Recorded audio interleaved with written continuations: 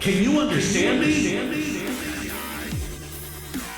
Hello everyone, Kier here, and welcome to the InfiNOT Podcast. I'm focused on the casual nature of the game, and each week I discuss the new patch, the new card, and my feelings on the game.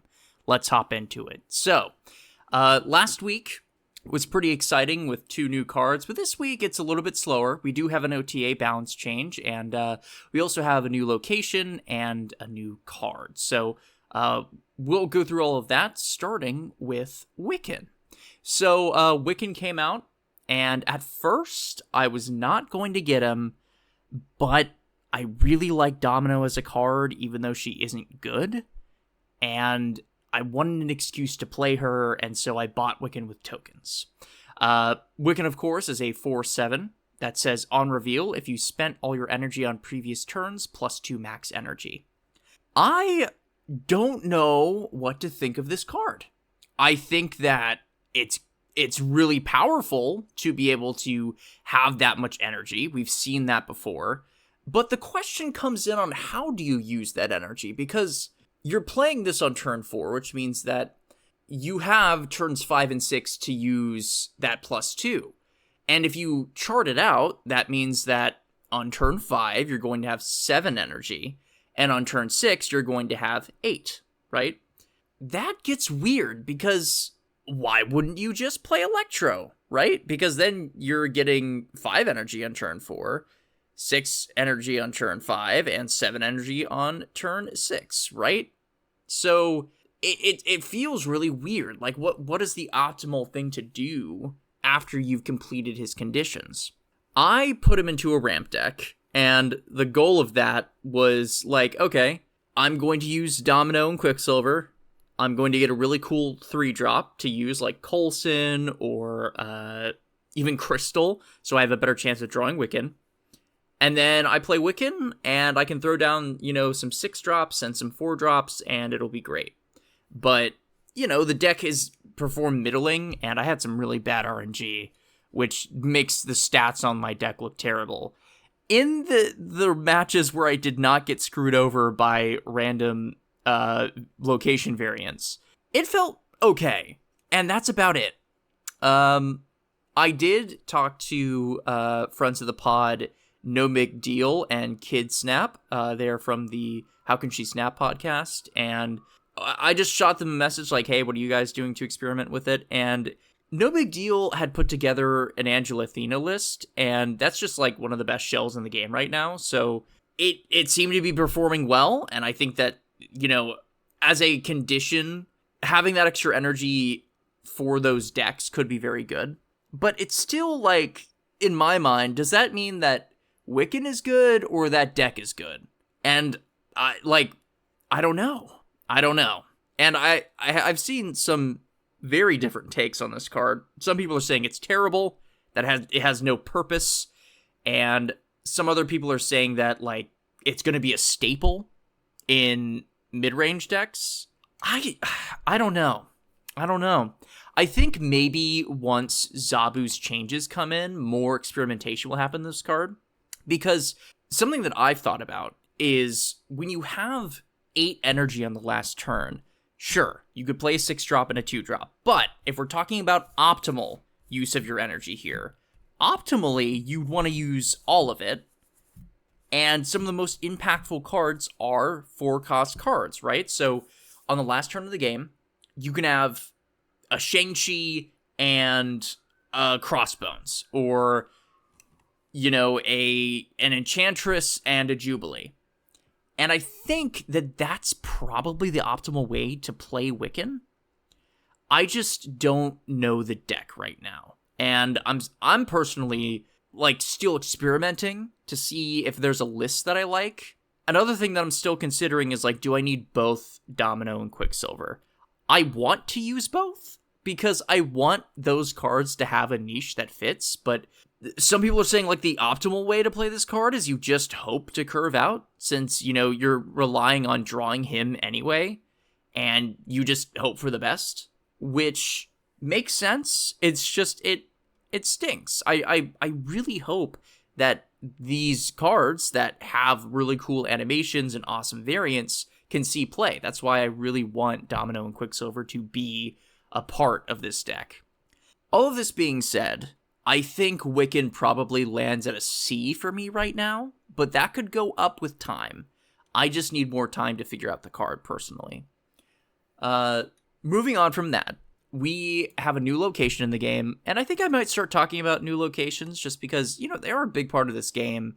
I don't know if I've mentioned locations in previous weeks, but this week we have the Destroyed Mansion, which is really funny. It's almost a meme in Marvel Comics how often the X-Mansion gets destroyed for a plot line. Because it's supposed to be shocking. It's supposed to be like a, whoa, this institution, all of these, like, it's supposed to be high stakes. But it's happened so many times that it loses its value. It reminds me of how many times Spider-Man's origin story has been told, and now writers are tasked with finding unique ways to make that interesting. The same thing is happening here. I find that funny. So, Destroyed Mansion adds a rock here to the location and a vibranium to your hand. I don't mind this location. I actually, it's weird for me to say because it's not doing anything super incredible or super game changing, but like, it's kind of like giving you a free hood if you think about it. Like, it's giving you a 1/0 on the board, but you get a 1/4 in your hand, and that can help fill your curve. And then the rock, of course, is going to help certain lists like Patriot or Zoo or Clog, right? So there's value there. Honestly, I like 10 out of 10. Great design. I actually really like this.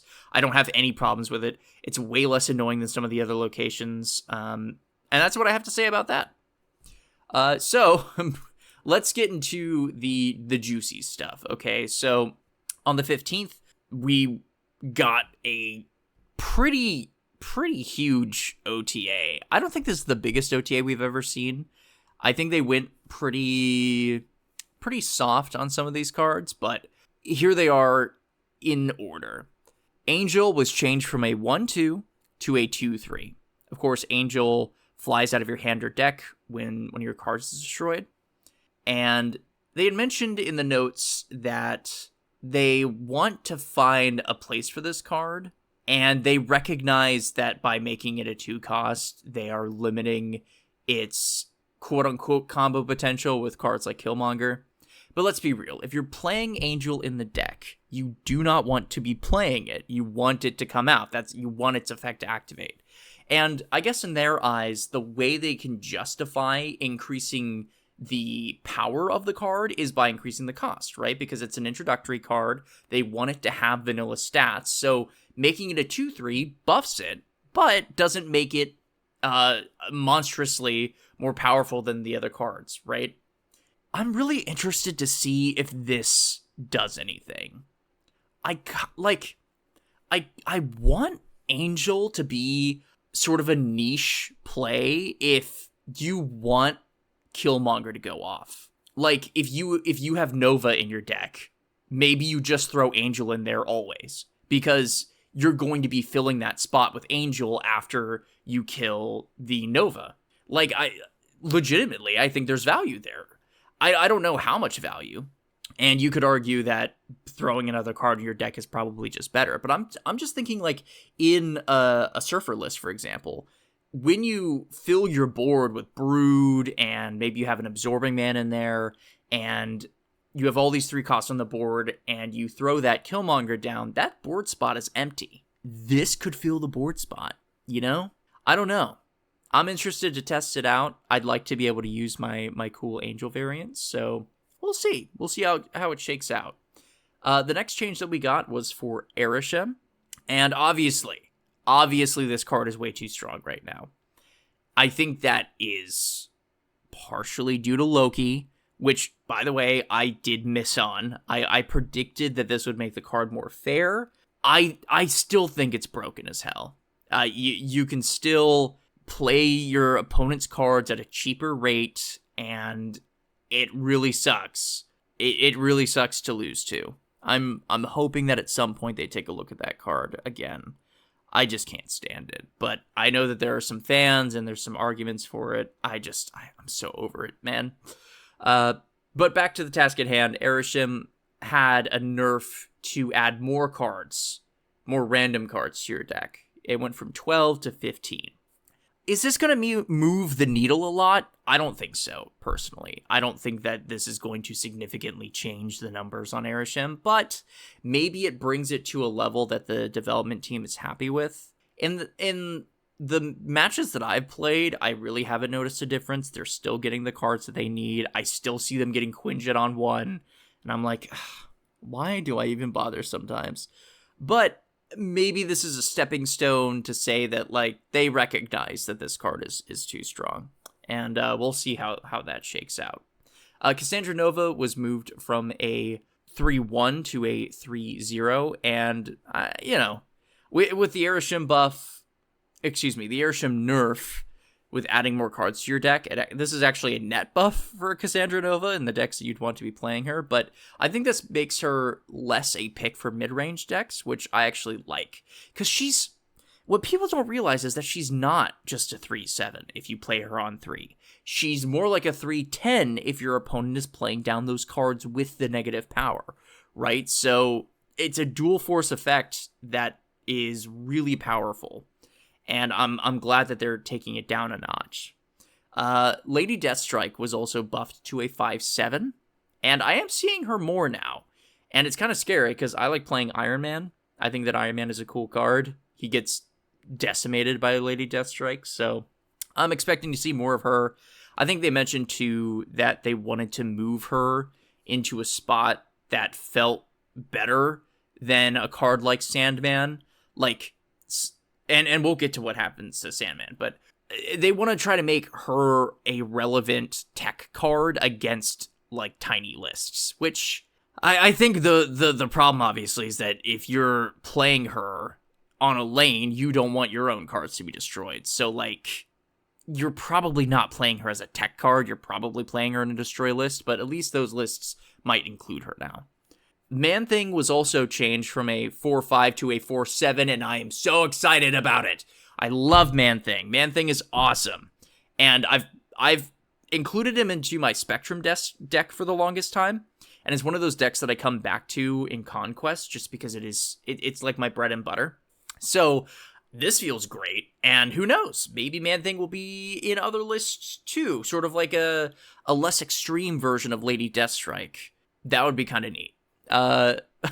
Moving on, the Mind Stone got a change from a 2-1 to a 1-1, and I think they correctly identified that Thanos is not as strong as he used to be, and now with, like, Gilgamesh Zoo lists in the game, Thanos is not the strongest thing you can be doing, so buffing that up is great. I just hope we don't move back into the Lockjaw thing. The Lockjaw thing is so annoying.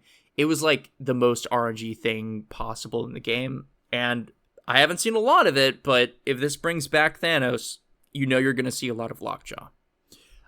Nocturne was knocked down from a 3-5 to a 3-4, and I am sad because this does limit the flavor of this card. The idea being that it's a combination of both Nightcrawler and Scarlet Witch. It's their child, right? So having it as a 3-5, as a combination of a 1-2 and a 2-3 is really cool. But I understand that, as cute as that is, the card is really, really strong. And now it gives more options for those other 3 costs to come in. Sandman was moved from a 5-7 to a 5-6. I don't know, man. I'm not a Sandman enjoyer by any means, but why are they so keen to make this card bad? I think he's doing his job right now to stop Thena lists, to stop bounce lists, to stop these lists that are very popular and very strong, right? I think it's okay to have a card like Sandman in the game. I don't think this is going to ruin him by any means, but, 5-6 is pretty bad. I can get a Hydra Bob for a 1-5, so, it's rough. It's rough, and I don't know if this is the direction that I'd like to see the game in, but I might be in the very opposite opinion of most people. Maybe a lot of people think that Sandman is super annoying. I personally don't. Thena was also moved from a 2-1 to a 2-0. I also don't think this is going to change her play rate very much. I think that what people like her for is you can put her on turn 2, and then by the time turn 6 rolls around, she's big. I don't think that's changing at all. What I like about this patch is that it very clearly is looking at the cards that are the strongest and making a change, which I like. I like that they're looking at that stuff. But I will put it out there.